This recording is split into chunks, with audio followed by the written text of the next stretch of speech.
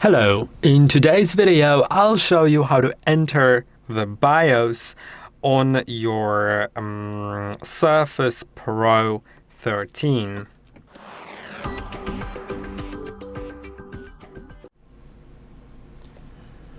To enter BIOS, first you'll need to shut down your device if it's currently on, so click on the menu on the start menu, then click on this power icon and click on shutdown. Now you'll need to wait at least half a minute up to a minute to make sure your device is fully off once the screen shuts off, so I'll get back to you in a moment. And once it's done, we'll need to do a combination of buttons.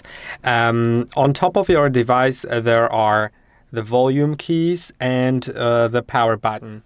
Now I'll lower the brightness a little bit. So you'll see that there's a plus and a minus on the volume keys.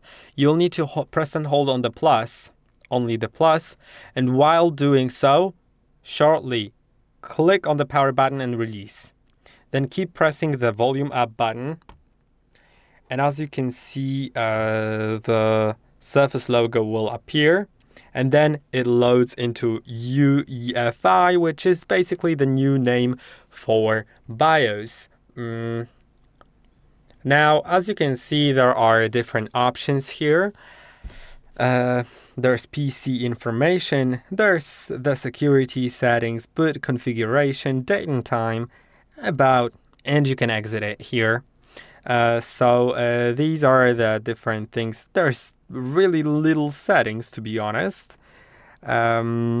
But yeah, you can adjust set the UEFI password. You can do secure boot. You can change the boot order and the other things that are possible. Now I'll click on exit and then restart now. And it will restart into the computer again. So I hope that this video was helpful. Don't forget to like and subscribe, and I'll see you in the next one.